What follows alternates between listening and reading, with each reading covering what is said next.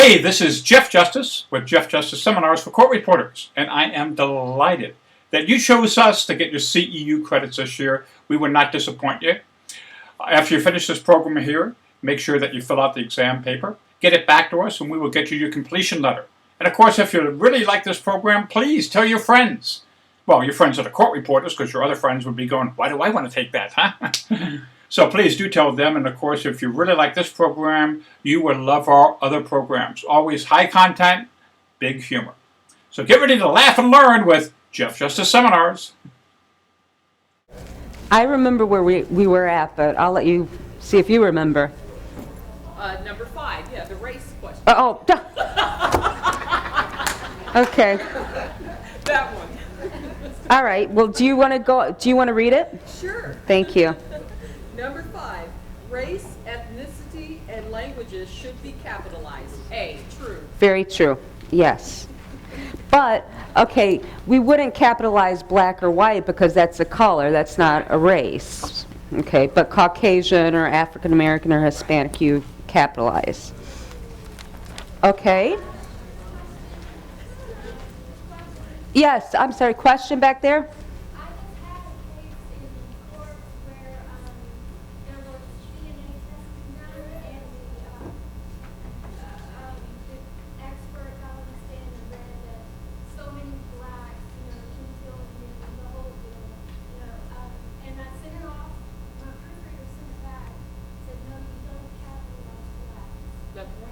That's what she just said. That's what you just said? Right, that is just what I just said, yeah. Yeah. I can see how you were tempted to cap it because you wanted to be polite, but yeah, you don't capitalize colors. Okay, number 6, who would like to read number 6? Yes, ma'am.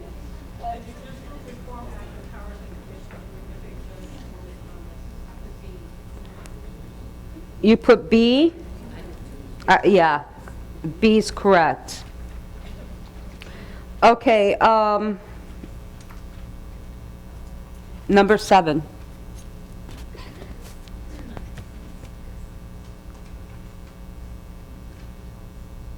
Did you have your hand raised? Well, I was going to ask, first of all, Kim's not supposed to be one word. Yeah. Right. Number 7, most of the high schools open the week after capital Labor and capital Day, but usually Hinsdale capital, South High School, all caps, will open in week later. That's correct. Yeah, Hinsdale, my daughter goes to high school there, and it is one word. I don't know why the hyphen's there. I don't... There's no hyphen, it's just... It's just wrapped around, because it wrapped around it. Okay. Okay, number 8. Sir, did you want to do number 8? You just volunteered before. You want to do number 8? Many do capital Englanders, capital go south for part of the winter, but usually they are back in the north and coastal east of the capital. Correct. That's correct. You guys have a question on this?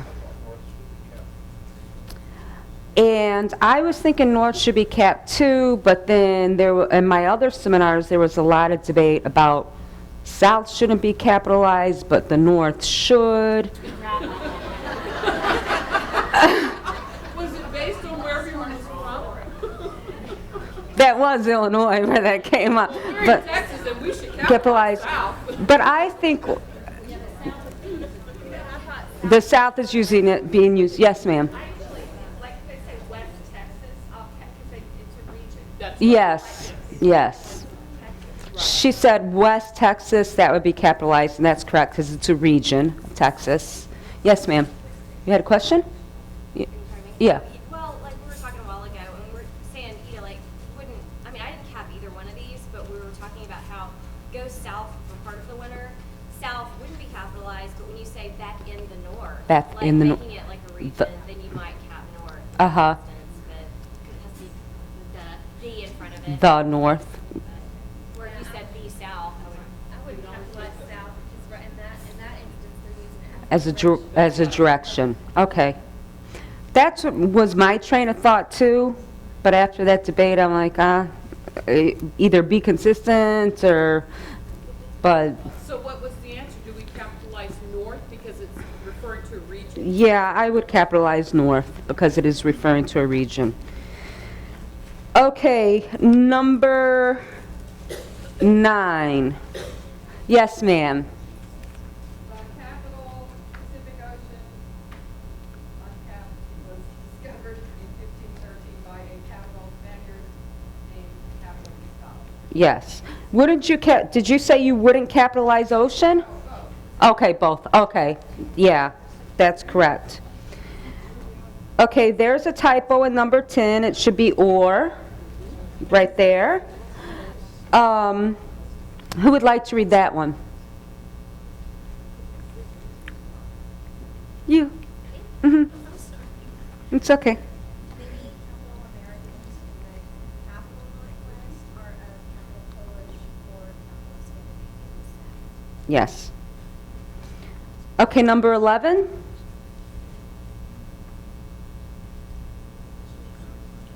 Yes, ma'am. The cap chair will recognize the length time cap. Correct. Okay. Somebody had a comment on that one? Chair. Okay. This lady says she thinks you can cap or uncap chair. The way I do it is I do a lot of board meetings, and when they refer to the board, I just put board because I know what board they're speaking of, and it's an entity. It's taking the place of something. So I would say the chair in that instance would be capped. Now, some people wanted to cap lady, and I'm like, no, I would, no. Yeah. Okay. Moving right along to writing numbers. There's only 6 of those, so why don't we take a few minutes 5 minutes and answer those.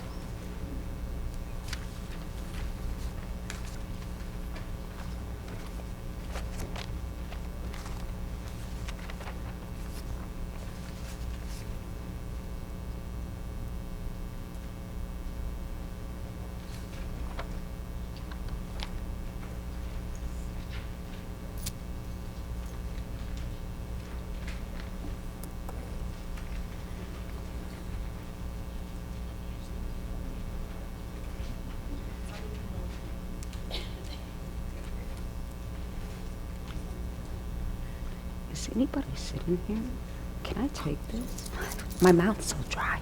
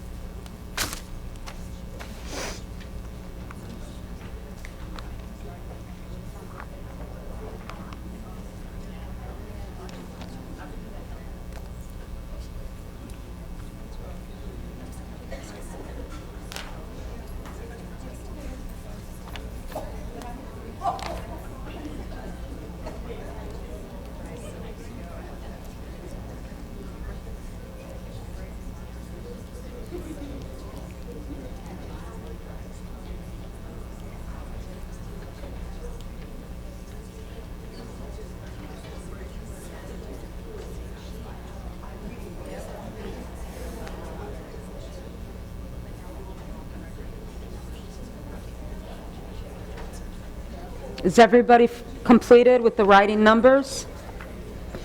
Okay. Who would like to read number 1?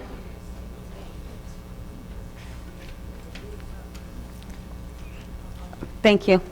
Spell out the number if it's under 10. I put true unless it's a close proximity to a bigger number, then I was consistent. And I was trying to fit, well, then it's like number 3. Or number 2.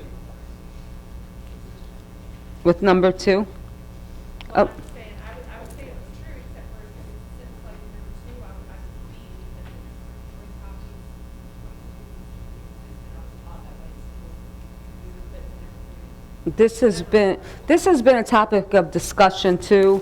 For number 1, you should spell out the number if it is under 10. I put true. For number 2, I would do A. Now, I know some people say it should be consistent. If you're doing all numbers, do them all numbers. But Only if they were gonna say 10 students, 20 students. But if it's the same category, the same, that's what I know. yeah, that's what I do too, then I would. 10 would be 9 students. Right. I don't like mixing it though. You don't like What I mixing it. personally would tend to do is rather do a 3 and a 20. I would write them both out, write out 3 and write out 20. But if it's all like a whole bunch, like several sentences together and all these numbers are back and forth, it Mhm. drives me crazy to see it go back and forth. That's what you guys were taught. They are saying that they were taught, if it's all number, if it's a lot of numbers, they would just be consistent, either spell it all out or write it numerically instead of going back and forth. That's what they were taught in school. Yes, sir. How about 11 and 12? 11 and 12. You'd write them out numerically. They're digits. Right? I mean, would you do that different?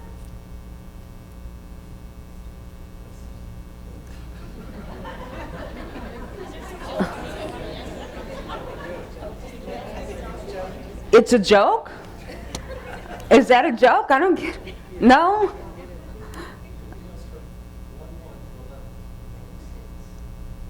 And 1 what?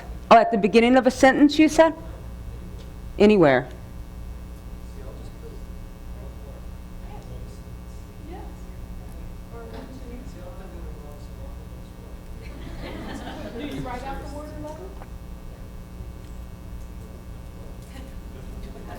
And 12. He likes those two numbers, 11 and 12. Huh? Okay. Okay.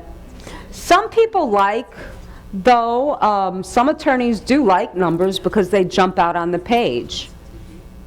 So, if you know that attorney likes it that way. I'm very humble to say that sometimes you do the same thing over and over, wrong things. Why? Yes. He says sometimes you do things wrong over and over and it looks right. And I can give you an example of that. Yes, give me us an example. All right is 2 words, but when you're reading on television and they're transcribing it, it's always 1 word, and it drives me insane, and I yell at my children, don't write it like that. That's what we learn in school. All right is all wrong, because all wrong isn't 1 word, so all right isn't 1 word. But the kids don't know that. Because it's on school. All the time. I mean on the TV. And they see it, and they're learning it wrong, but they think it's right. And I don't know which dictionary I looked it up in, but I sub at the high school every once in a while. And Don't tell me it was in the dictionary like that. it was, yes. Because years ago it was ALMRI. It used to be like Yeah, it used to be, not since school. I was taught cannot is 1 word also. Oh, but back to this gentleman's point about you can write something so wrong, so long that it looks right. I was doing a job for like police and a pension board hearing, and they're like, let's do a straw poll in executive session. And I'm thinking, well, that word doesn't sound familiar. Are they talking about a kid's game, like where you pull a straw? I always spelled it straw and then P-U-L-L, like they're pulling the straw. I did that for about 8 years. No attorney ever said anything. And one night I'm watching CNN, and it's on there, and I'm like, oh, I'll be dang, that's what it was. And so I changed it, and I started doing it correctly. Oh, but straw poll, yes. But they never noticed it that it was, I started spelling it right, so I guess it didn't matter either way. Okay. So, number 3, who would like to do number 3? Yes, ma'am. 12 polls. We did get to bed. Right. Okay. Number 4.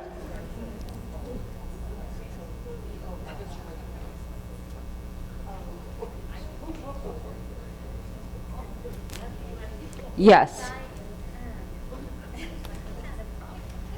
it NCIT site, or is that? Is the governing. I think A. That's correct, and that and cite. Because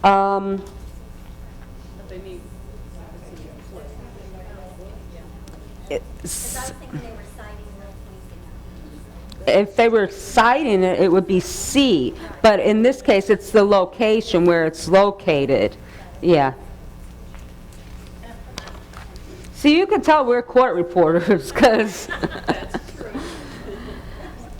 Okay, and we're probably going to have some on this one. Yes. And I was trying to find it. I pulled out some sheets from when I was in school looking for this. Me too. But, yeah. So number 5, what would you guys do?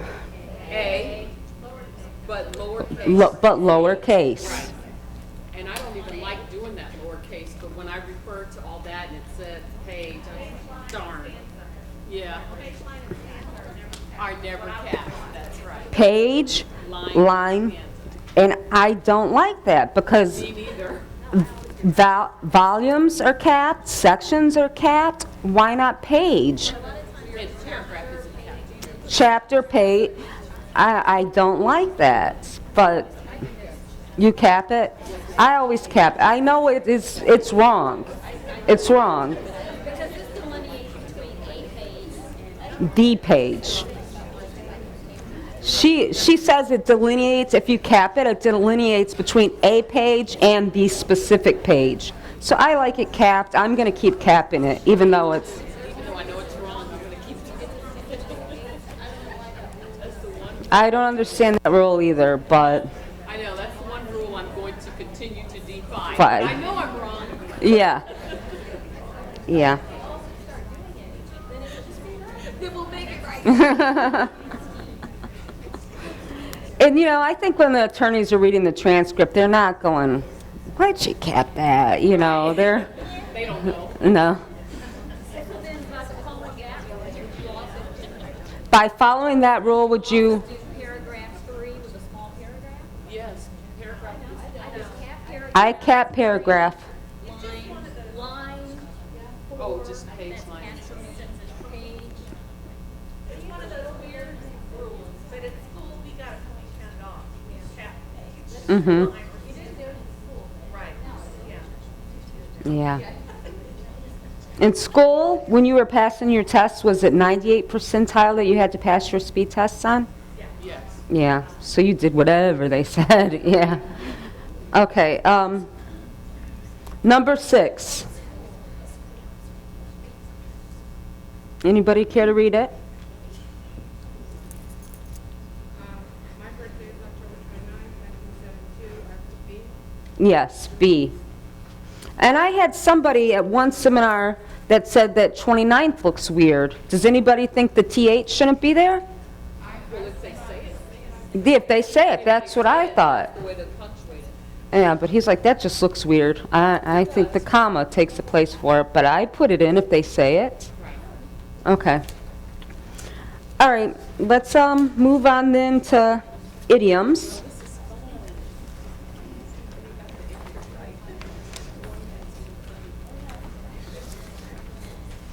And if we finish early and we have time left over, I have a bunch of these idioms, so we can go over some more of those if you like. Oh, boy.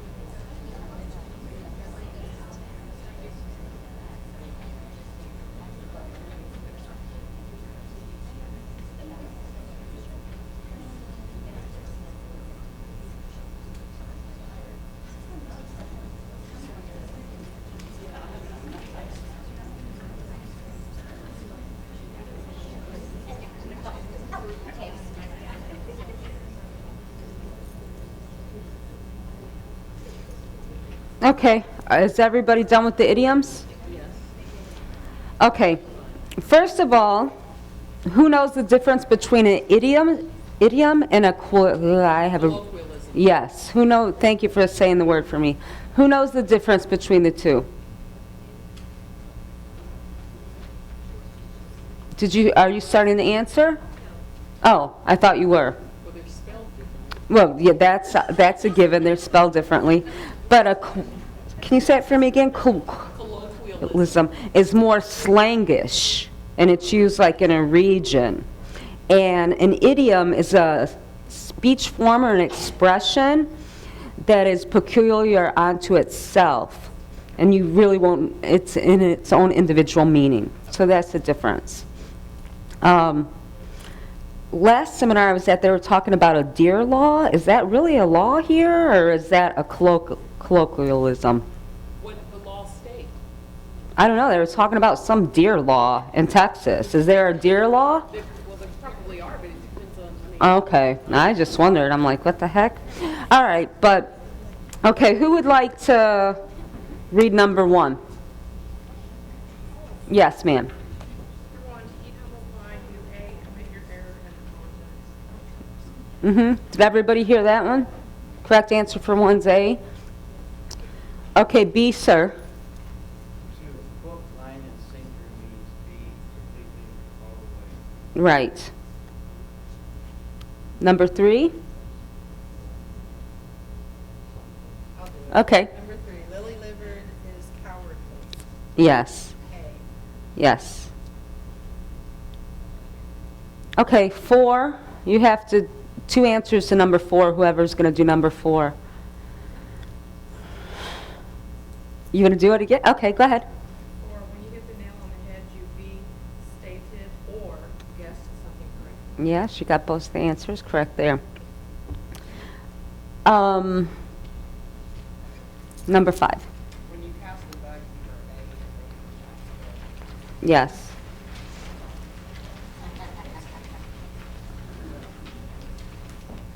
Let's see somebody who's really quiet. How about the lady with the purple necklace on back right there? Can you do the next one? 6, you are a court reporter, you're a she, and you're A. Very good. It's nice to know you guys are following along and paying attention. Thank you.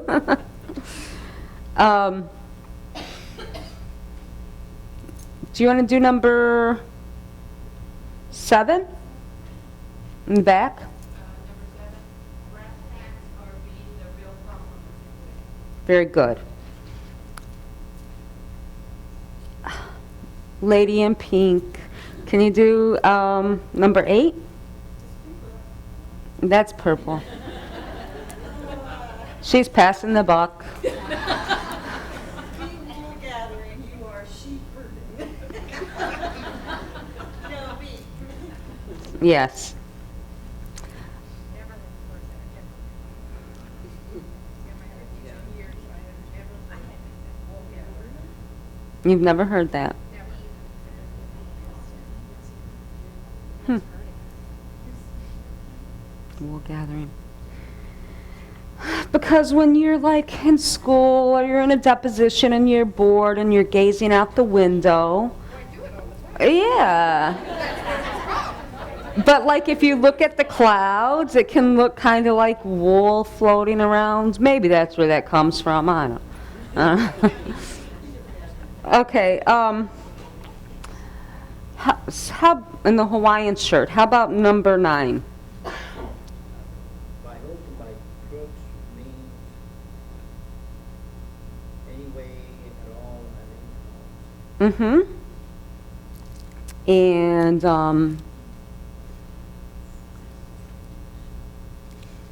how about sir in the green shirt over there?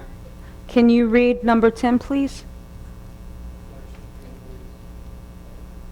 Yeah, A, promising at the start, but then not, or then disappointing.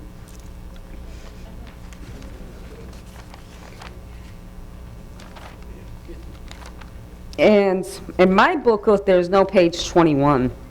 I don't know. But let's do research topics and basic proofreading tips. Take a few minutes and do that.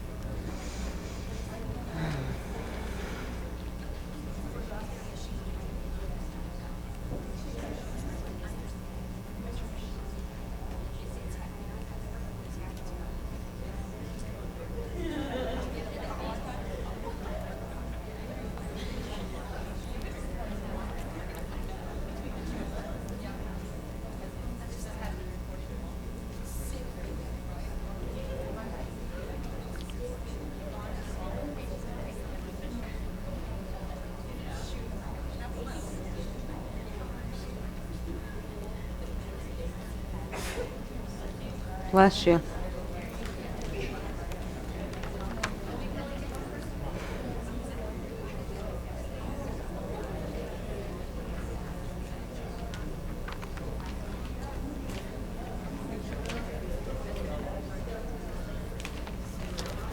Okay, everybody finished with this section? Okay, who'd like to read number 1? Damon, you've been quiet a long time. If you had a doctor's death and didn't get the correct spelling of the doctor's name, find out the correct spelling, you would. Since my son-in-law works for Microsoft, I was being in. I actually had to Google this before I started. Okay. But you could all of the above, yeah, because sometimes Google might not give you the right doctor. Well, usually I'll find the doctor's website. Okay, yeah, verify. It's, yeah. But you could do all of the above. Okay, Eric, would you like to do number 2?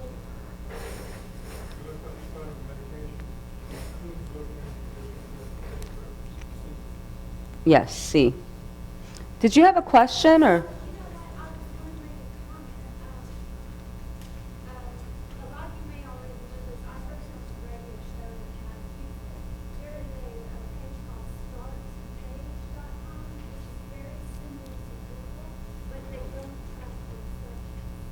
She said there's a new page, it's called what? St-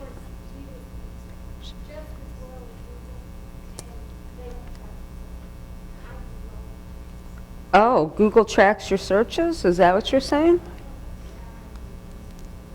Okay, and this one doesn't, and it's like a Google search engine, but it doesn't. Okay. All right. Did you hear that? There's START, STARTPAGE .com. STARTPAGE. So I guess if you're at work and you want to Google like who has shoes on sale, it doesn't pop up when your boss goes on it. Huh? Okay.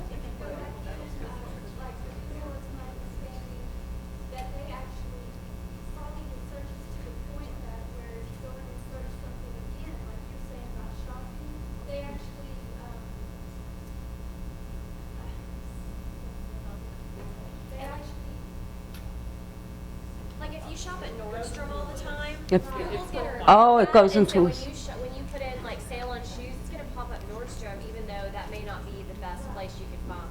It's like my husband's a lawyer and he's always checking to kind of see where he's coming up in the web page. Well, he can't do it like on his computer because then he'll pop up because he's looking for himself. I Mhm. mean, he wants to see like who The ranking ranking? people are Oh. looking for.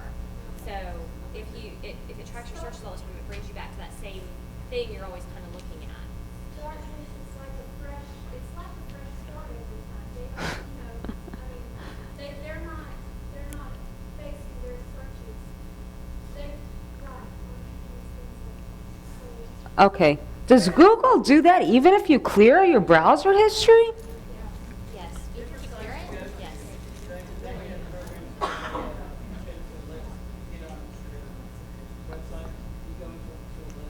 Huh? That's,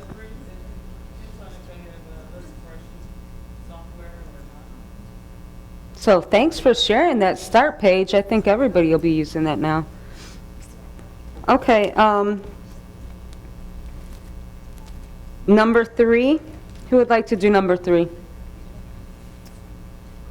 Okay, thank you. Number 3, if a government leader was on the job description, he has to spell that. Absolutely true, yeah.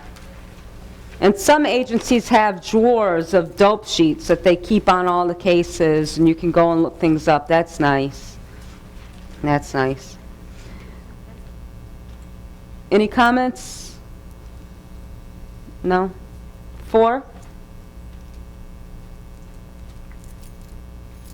Yeah, you're okay. You just answered number 4. Oh, You should keep a dope sheet Oh, duh. Doctor's hospital Okay. names and other information you have looked up in other jobs, so you don't have to look it up again. Hey, true. Okay, yes. Number 5. Yes, ma'am. You can always trust information that you get on the computer. False. Correct. Correct. False. Mm-hmm. Number 6. The girl next to, right there in the black sweater with the glasses. Can you do that one, please? Find a street name, you would look in a street number. Mm-hmm. Or it could be all of the above. Sometimes phone books list streets and zip codes and stuff. Okay, 7. You have a, oh, you want to do 7 or you have a question? No question? 7, is it okay to ask a doctor to spell a word during a break? A, true. Mm-hmm. But we don't want to do it before the deposition or during the deposition because the attorney will get really ticked, right? Because they're paying the doctor lots of money. So, okay. 8, and I know we all do it at times, but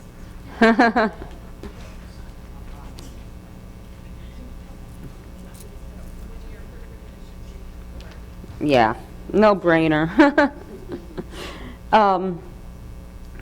Number 9.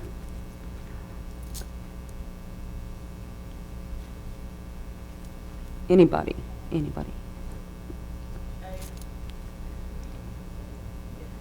Yes. Okay, 10.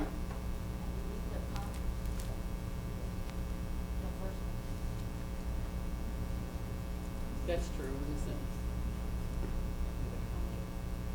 Oh, where? Where's the comma? No. Okay, delete the comma. Which one would you take out? If you are proofwriting and?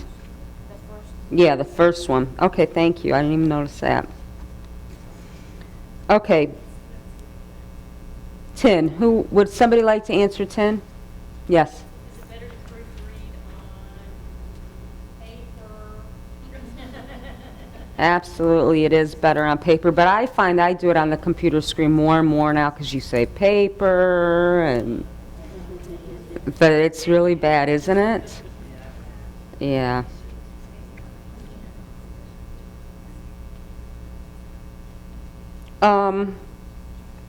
Okay. Is this our last question? Yay!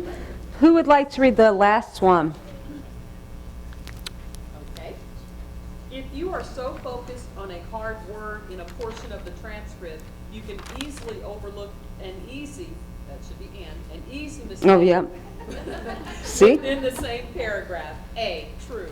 That is true. Okay. So, thank you guys for participating so well. You really did. You paid great attention. I still have 30 more minutes, so we can do a variety of things, but I just want to tell you Pam is coming in next. And I don't know if you guys know Pam Coder or not, but she puts on a phenomenal seminar. She's doing ethics and stuff, and she has a fun game. So you guys will really enjoy that. So, would you guys like to discuss anything that we've talked about today? Any problem issues you guys have, or anything? Any questions? Anything you'd like to share about court reporting? Yes. I do have something that I came across Okay. with filing an appellate record Filing an appellate record, okay. with a court. With appellate court. Court. And this particular defendant was like, Can everybody hear her, or do you want me to? Okay, she was, this particular defendant, and it has to do with an appellate court record. he's like a lifer, so he has all the time in the world, and he files. He's a lifer, he has all the time in the world, so he's always filing stuff. So he's got like 6 cases. 6 cases. I go to court, and there's a docket, and they called 2 cases. And when I sent it off to the appellate court, they said they wouldn't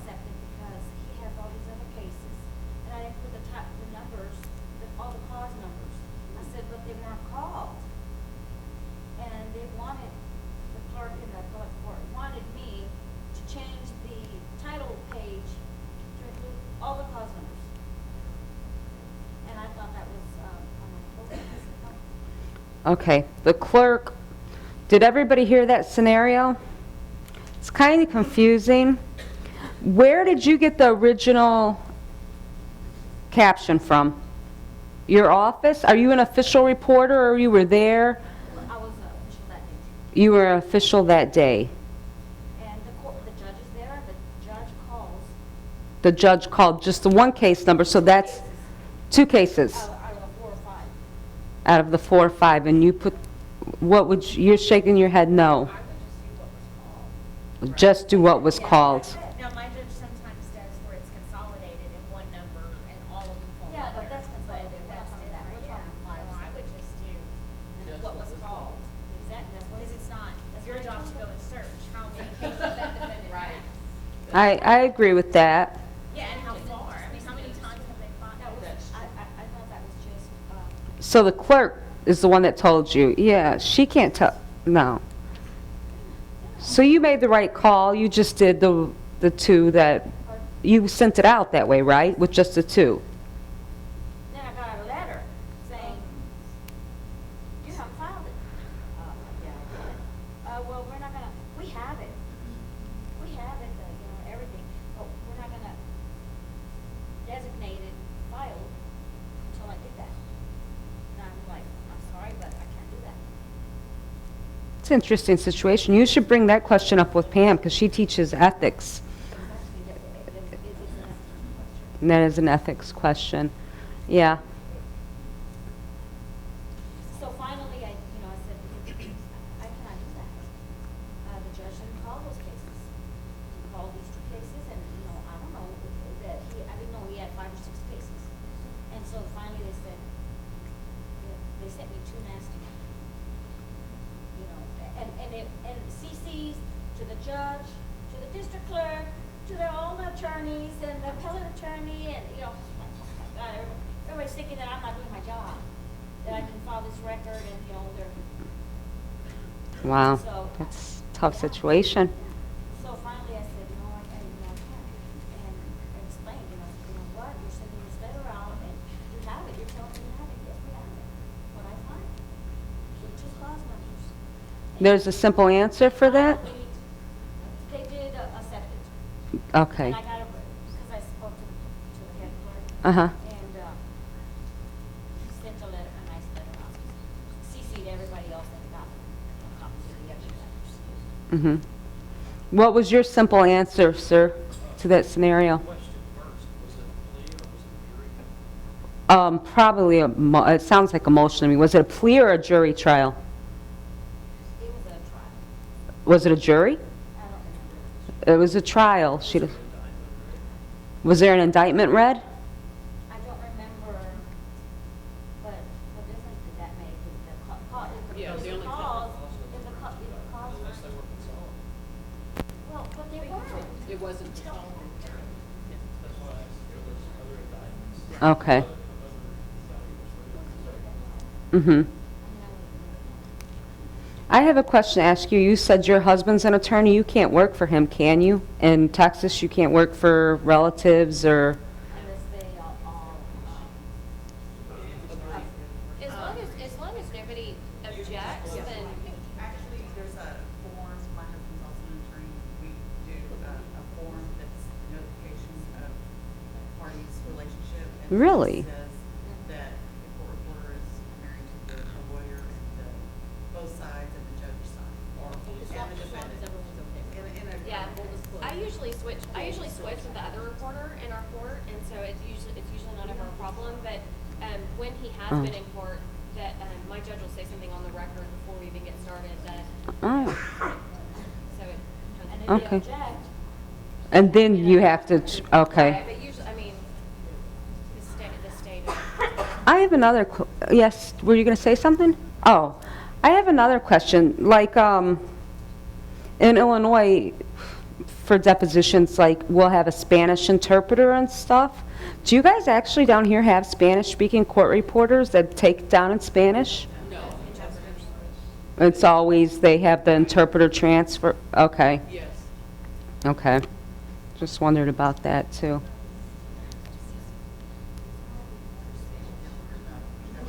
Everybody in the room speaks Spanish. Spanish But we still have to do it. in, yeah. Yeah, and there's certain things you have to do if the witness answers in English. You know, a certain way you have to do that in the transcript to identify it. That you put by the witness, and then the answer, and then you go by the interpreter, and then set it up that way? It's been a year since I reported. It's not that exact way, but there is a parenthetical the current reporters can help. If the witness speaks in English, there is a parenthetical that you put to note that. Otherwise, it's supposed to be assumed that it's being interpreted because you've already sworn in the interpreter and you're going along. The only change is when the witness answers in English. Right. Oh, I think I think it's in English. Yeah, in English. Right, in the parentheses. Right. That's interesting. By the witness?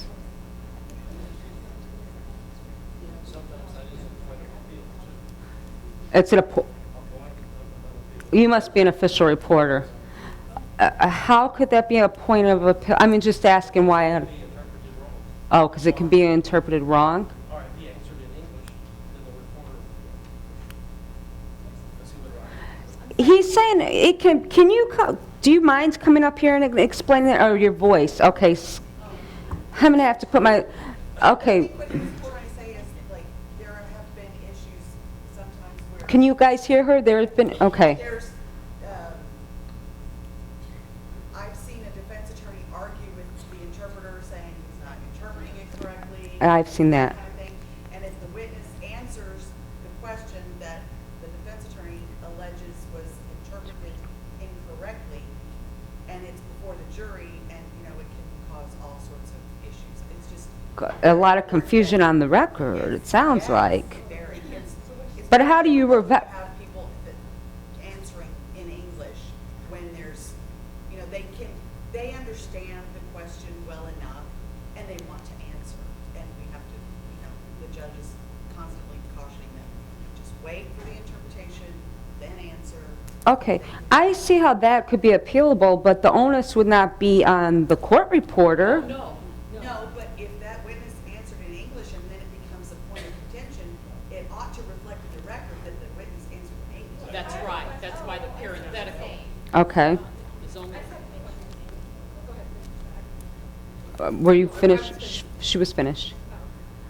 In reference to that, I'm doing it wrong, but I've always put, you know, at the beginning was swearing the interpreter and Right. it's interpreted by someone. Okay, so every answer is assumed with the interpreter. Correct. Right, and I know you know that, but moving forward, with the instance where the witness would answer in English and he understood the English, I always go over and colloquy and put all caps the witness, meaning the witness is answering versus A, and then if the interpreter speaks other than first person interpreting, I put the interpreter, colloquy for the interpreter. Right.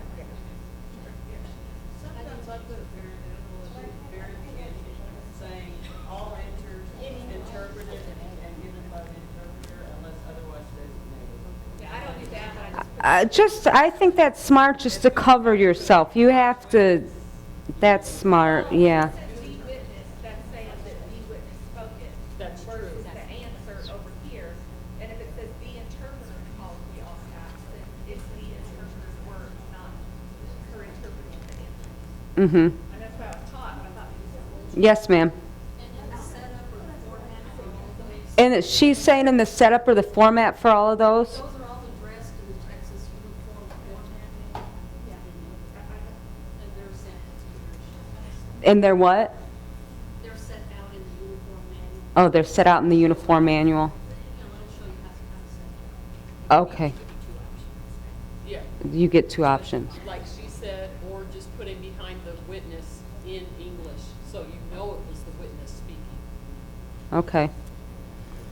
Sounds like a lot, you guys do a lot of criminal. Do a lot of you guys do criminal in here? Well, that could be in civil. That could be in. Oh, yeah, Any but, definite where you have an interpreter.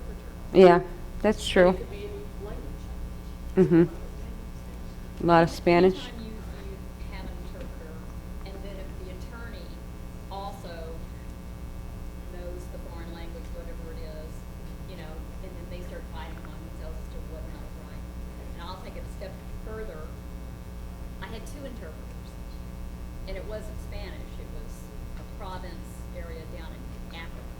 Oh. And every time you went 20 miles from each other, the language would change. And so they would find someone and then someone else to fix what that person didn't cover between the witness. But it would just be a hodgepodge of all this stuff and then back and forth among each other and saying, no, that's not right, bits and pieces. It just is never easy, never easy. Have you guys ever taken, like, I had a doctor's deposition one time, and they didn't have an interpreter, and it was an Indian doctor, and he was, I mean, I almost had to stop the dep and say, I can't do it. I just wondered if you guys have ever done that. Because the attorneys can't understand, Right. I've had attorneys ask me, can you understand? Or they just let it go, assuming Yeah, you're getting it all. They And don't you're know sweating what they're bullets. saying either. Yeah. No, they don't. So it's better to say. It's funny that they assume that we can get it if they can't. That's true. Yeah. I think we're magic. Yeah. Okay, my button knows that word. Yeah, the little machine got it. Yeah, the little machine got it. Yes? We had a situation where the attorney had been practicing for several years, but he didn't have an interpreter there, and he kept asking, or telling the interpreter, ask her if, so, of course, I did it all this whole, and he was very angry, he called my office, he was very angry, he thought I was adding things. But after he, I guess it was some other attorneys, they told him to correct, so he called and apologized, and that was the biggest teaching That's I right. could give him, was how he was doing it wrong. He ate some humble pie there, but at least he acknowledged that he was wrong. Yeah, yeah. Okay. A lot of Spanish-speaking people. So. Okay. Judges do this and witnesses do this and they'll just speak English, and they'll say one word in Spanish. I do it, I write it in Spanish. You write it in Spanish? Yeah. Well, they said it if you know how to spell it. Right, that would be a research Right. for probably. If it's one little word and they're speaking in English, that's fine. It's shorter than parenthetical, and blah, blah, blah, blah, blah, blah. Oh my God. By that time, you only want, you gotta cut the page and put these two long sentences together. But, yeah, back to your scenario about he said, ask her this, ask her that. Do you think that you could have politely told him at a break, you had, and he continued? Continue to do it. I mean, he'd slip back and do Q&A like he should, but there towards the end of the day, he was just constant, you know. Mm. I don't know if he was just rushing through or what, but my polite, are you sure this is how we should do it? It didn't work, so. So he got what he put out, yeah. We just keep the record, we don't make the record, they make the record, so. Well, and I think if you correct them more than 2 or 3 times, even if it's on a break, I Mm-hmm. mean, at some point, you have to say, hey, he's making his bed, he's all right. And you know what, I don't make it a habit of correcting attorneys. If they make mistakes, let them make the mistakes. But when it comes to exhibits, I do try to correct that, because that makes our life hell then later on when you're doing the transcript, because he's referring to some exhibit and it's exhibit 5 and he's calling it exhibit 2. So I'll just point that out to him so he can correct that on the record, so it's not hell later on figuring out which one he really is talking about. We're humans too, we're not just machines. What? I'm sorry? So we're humans too, we're not just machines. Yes. You can also say, not 2001, but 2011. Okay. You would? Okay. It's like you said. Yeah. You wouldn't do that too many times? I would like, sort of will say, like, or, Yeah. But you know what? The other attorney might get mad. Like, why are you helping him? Let him look, you know? That's what I was taught. But you know what drives me crazy too, like, in video depths, when people say, do you leave all those in? You, even in a video depth? No. Well, in a video, they can see. I put them all in video, huh? I don't know. I was never taught to put on in there. What'd you s-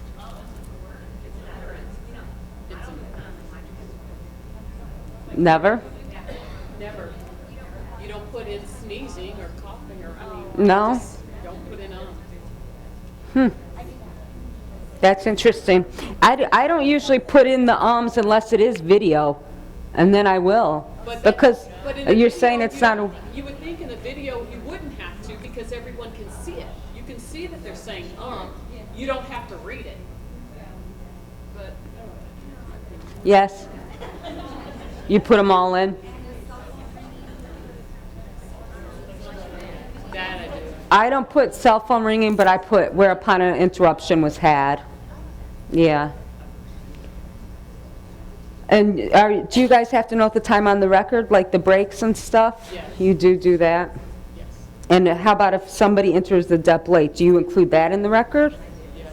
So-and-so entered, and the time also? Not the... But I don't put it on the record. I've got it in my Mm-hmm. but I like to call it if they show up at whatever time they're on the appearance page, period. Yeah. So, but as far as, I'll put enters room, so, but I don't put it in the transcript, so I'll just in my. If,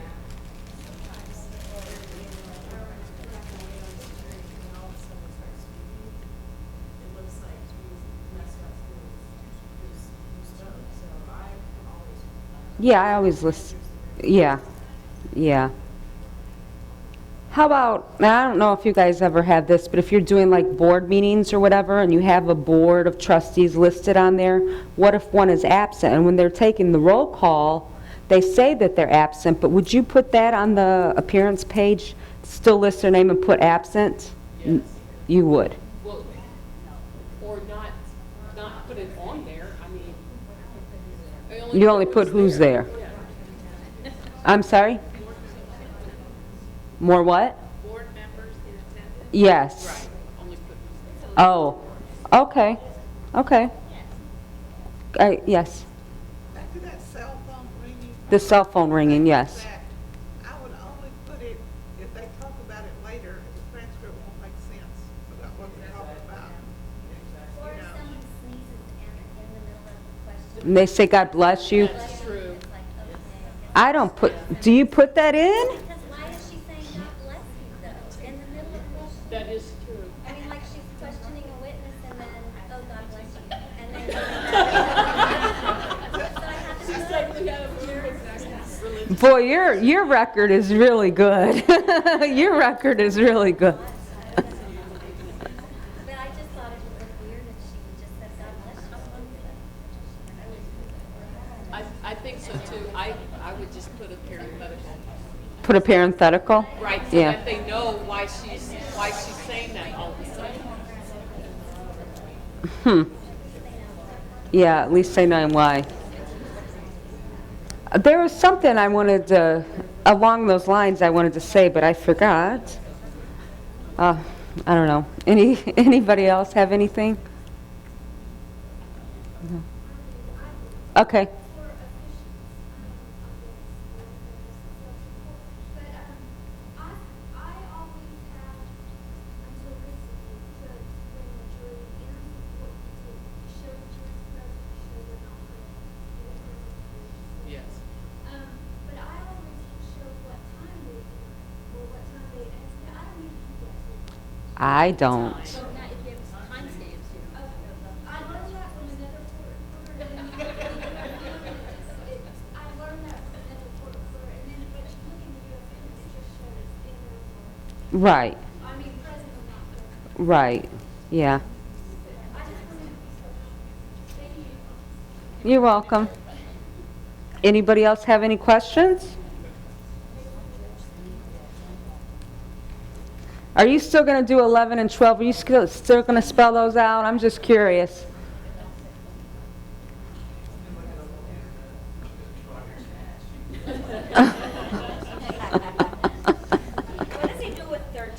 What do you do with 13?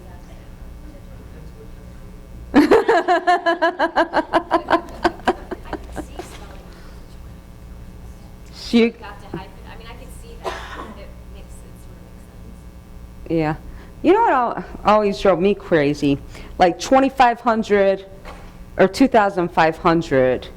Do you just put the comma if they say 2,500, but any other, okay.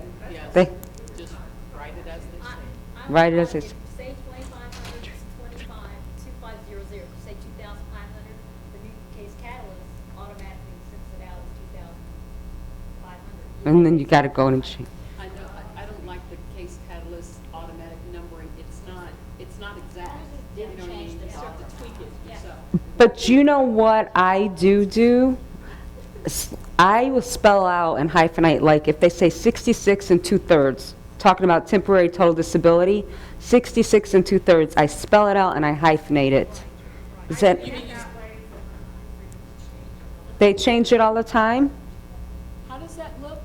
You said you spell out the words? 60 hyphen 6 hyphen 2 hyphen thirds. Instead of trying to put the little symbol on I the, mean, do you put and? no.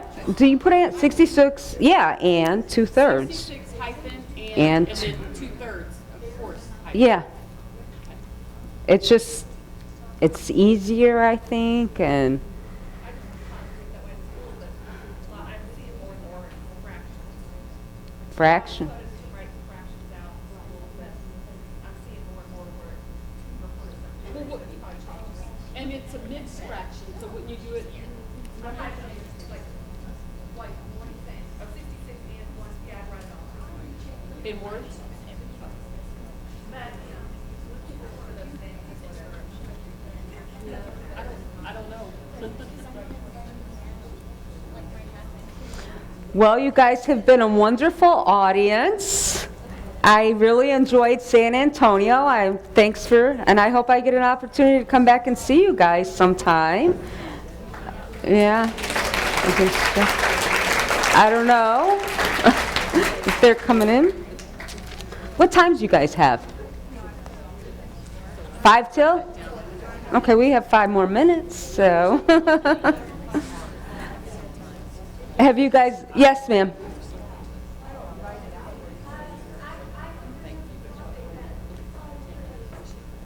Everybody has something to say about it. In court, we have video or audio that go into evidence and play in court and trial. Ask the attorney, when I have that happen, when I'm in court and they're going to play an evidence deposition, I ask the attorney, do you want me to take this down? Don't just assume. Don't just assume. Is that what you guys do? Ask, do you want me to take it down? And get it on the record what their response is. A lot of times, there have been times that you couldn't take it because It's too garbled. Yeah. Yeah. I've had an experience where a reporter I know was asked after when she was preparing the transcript, was asked to, after the trial's concluded, she prepared it to transcribe that video. Then you, right. And then it goes a step further to where there are some particular judges, I'm not saying they're right or wrong, but I've got my view, but they're having the court reporters ordered by court order, that the defense attorney comes in with an order, the judge signs it, says the court reporter has to prepare, transcribe so many videos. You may not even know how many videos. And you have to do it by a certain time, but you have to do it in time for them to prepare for trial. So you're not actually given a date to have it done by, and on and on. Is that the video recording thing you're talking about? That's happening right now in some counties where the judges are ordering, the defense attorney wants a video. I understand what you're saying, yeah. Instead of going and, finding a reporter or a firm or somebody, they just say, well, here's the official here, working for this county. I'm just gonna walk in the judge's office with this order, and then the judge says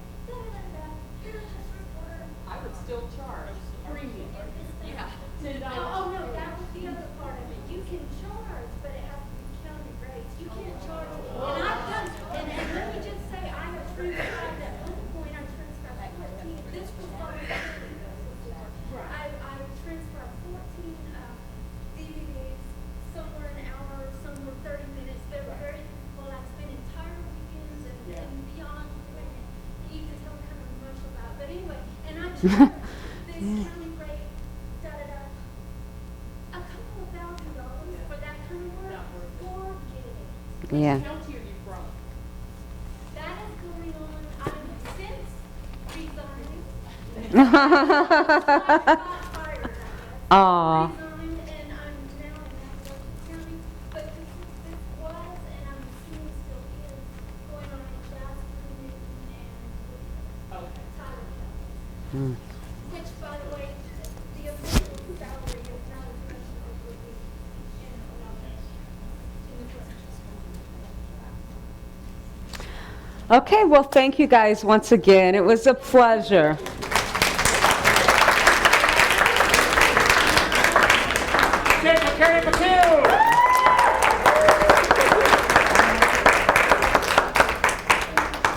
Okay, hey, you're done. It's over with. You can go home now. Oh, wait, you already are home because you took a Jeff Justice seminar program online. Good thinking, smart for you. So just go ahead and either email us the PDF or send it in snail mail, whichever way you were doing this. We're great at getting it back to you along with your letter of completion. And remember, we have plenty more programs like this, so hopefully you will come to us time and time again when you need your CEUs, okay?